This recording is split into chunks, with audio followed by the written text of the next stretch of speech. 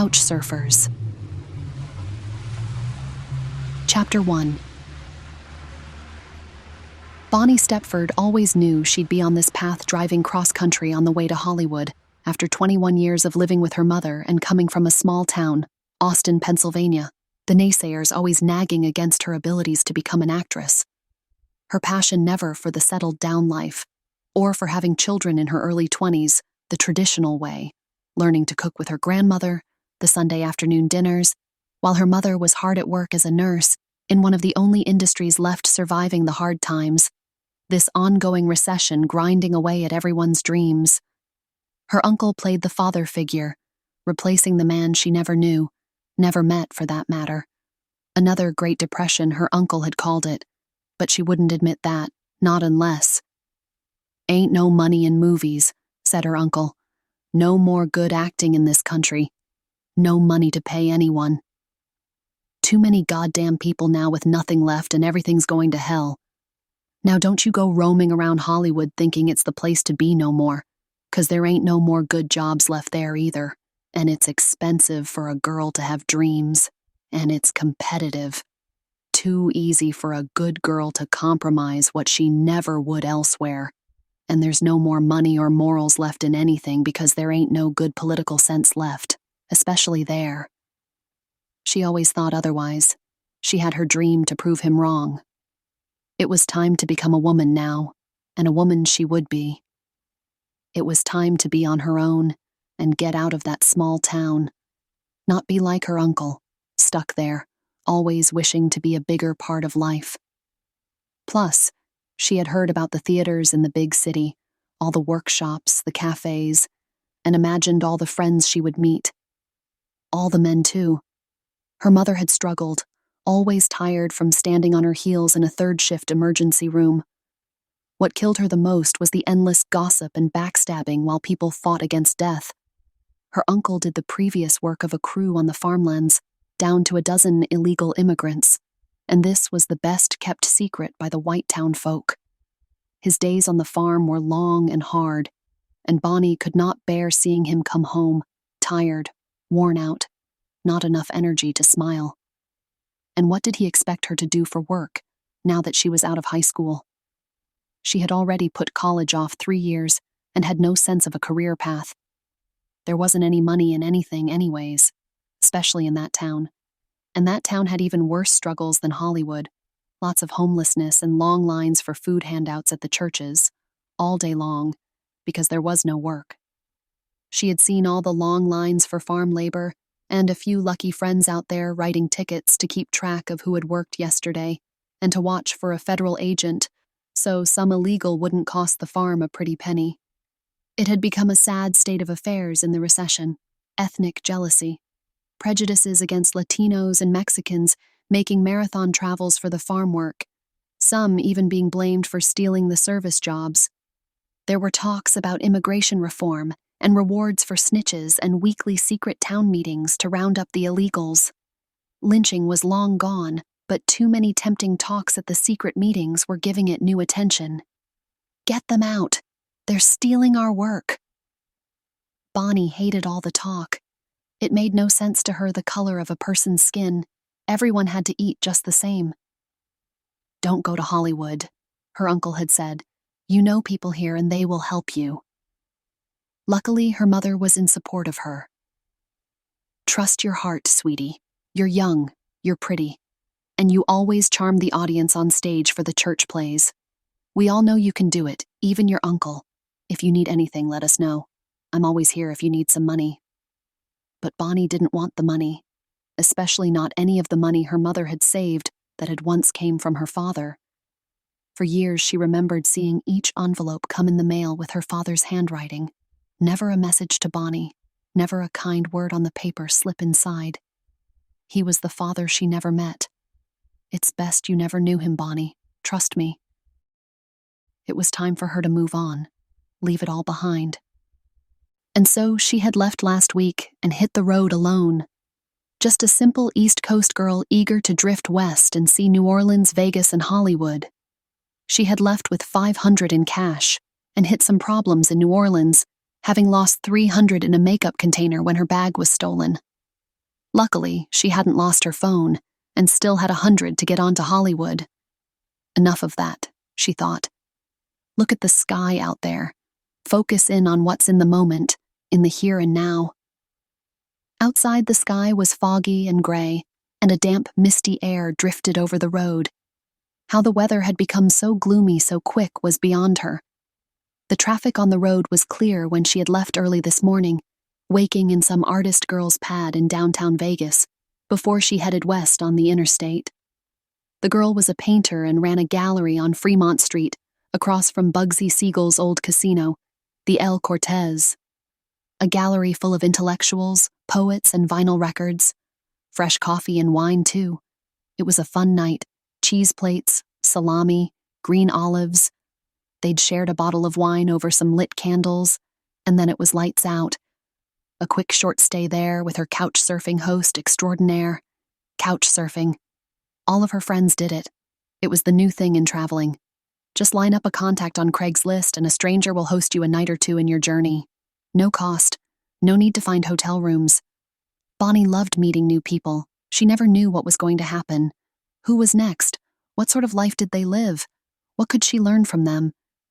The thought of new people and experiences like last night conjured much excitement. Yet, Bonnie still couldn't shake what her mother had said when she called. Your uncle's worried, so I'll wire you some money in Hollywood. I keep telling him what I tell you, that it's only you and your hopes in life you have to trust, not any more loser boys or jealous friends. Jealous friends. Her mother was right about that. Her friends had been jealous, saying she'll be moving back in a few months, saying she couldn't cut it in a big city. And now, with the warm desert wind in her window, she saw a series of storm clouds drift over as she lifted her hair and brushed her cheek. She relished the barren, hot terrains to warm her fingers. Yes, and the space between all those rolling, dry rocks to clear her mind. Here and there, a few crooked wooden fences reminded her of Austin. Yet she thought ahead to the big city lights and Hollywood sign. Almost there, she thought. Her next stop was tonight in Big Bear Lake, California, on some stranger's couch in a remote house. Then she'd be off to Hollywood in the early morning, couch surfing. She loved the thrill of the experience. The thought of flopping at someone else's house was exciting, yes, and at first she was a little skeptical, afraid to meet the inevitable creep who had to be out there, maybe with a video cam in the bathroom or a peephole in the bedroom. But many of the friends she admired had traveled this way, and many had said to trust everything would be fine. Trust.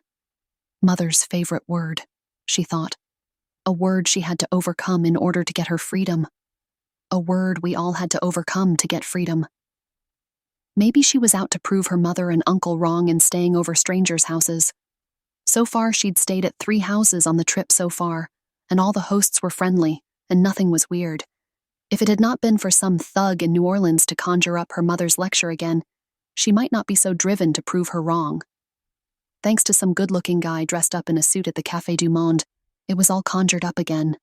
I never should have trusted him to watch my baggage, the purse inside, only to steal it. And yes, he was the last person I should have trusted. I mean, his dirty shoes didn't match the clean suit. What was I thinking? It was like the 15 highway would never end, not with all the traffic. Finally, the green exit sign loomed and she knew the turn for Big Bear was just ahead. Bonnie checked the gas meter. Halfway down now, and time to fill up. That's what she promised herself. Always to fill the tank when she reached halfway. And that'll keep me safe. Gotta be a place to fill up in Big Bear. When the phone rang, she heard her mother's voice. This was the 3rd call in the last few hours, and she knew Mother was worried, especially since she'd dug into some internet story about a rape and murder in Bear Lake. The cops had just discovered the dead body, and the killer was never found. Your uncle and I are worried about this couch surfing thing. It's a crazy world out there. Look at the news. Some girl was found dead at the lake, choked and shot. You're putting your trust in strangers. Look what happened in New Orleans. You left to go to the bathroom. And what does he do? Some guy you ask to watch your bag takes it and leaves. Mom, everything's gonna be fine. Trust me, I'll be in Hollywood tomorrow for the fireworks. But you don't know anyone there. Her mother's breath was heavy. Back in the day, there was hitchhiking, and there's a good reason no one does that anymore. Right. Be careful, she said. That girl disappeared there and she was traveling alone like you. Mom, people are disappearing all over the place. It's not safe anywhere and I'm not going to live my life in fear. How much further do you have to go to the next house? I don't know. This fog is blinding, real heavy. Keep your phone charged. I will. Your uncle said a terrible storm is rolling in. The winds could be as high as 40 miles an hour. Right. So whose place is it tonight? An old woman's house. An old woman? Who in their right mind would want to have someone your age over? Her son, he lives there too. He's younger. Oh, so that makes it better. Don't worry. I spoke to him and he's nice. He said he'll help with food and laundry. Anything. He even said if the storm gets too bad I can stay longer if I want. And his mother lives upstairs. There was a long pause and her mother finally changed the subject. Are you nervous about the audition? Got my lines down. Been practicing when I get bored. I'm going to be fine. I love you, she said. Call me when you get there. Okay? I will. Bonnie yanked the plugs from her ear and slid the phone to the dash. 22 years old. Too old to be hounded by her mother. She was a grown woman now. The fog was getting thick ahead and she had her mind set on finding that old woman's house. So much for the California weather. It was about to rain and she knew it. The orange arrow on her gas gauge hit E. The 15 highway was long behind her now and the rain was heavier. Still no sight of the side road she was looking for, and she wondered if she'd taken a wrong turn after the lake. In the distance, she saw the diner sign. It was well lit in neon red on the road. One of the bulbs was out, but the rest of it blinked. Lucky Bell's Bar and Grill. The place had chipped wooden panels on the side and plenty of glass windows. It was an old-looking place with green mold patches on the porch railings and moss overhangs on the roof. She saw a blue truck in the parking lot with a rusted bumper. The truck reminded her of something her uncle would drive to the horse stables and haystacks. She wanted to stop and her stomach was growling, but she didn't want to stop searching for the gas station. It was getting late, yet the hunger was overtaking her and she wanted to eat a snack, even a coffee. May as well get it all in one stop at the gas station, she thought. Plus, she needed some tampons. She could feel that moment coming, the swelling and cramps building, and her mood was starting to shift into a tug of war to sadness. It had struck her early this morning.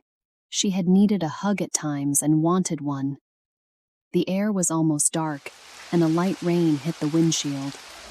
The wind was picking up and forced the steering to be uneven. The old woman's house, she thought. Got to find that lake again. She said her street was just near the crossroad. One more try and I'll call.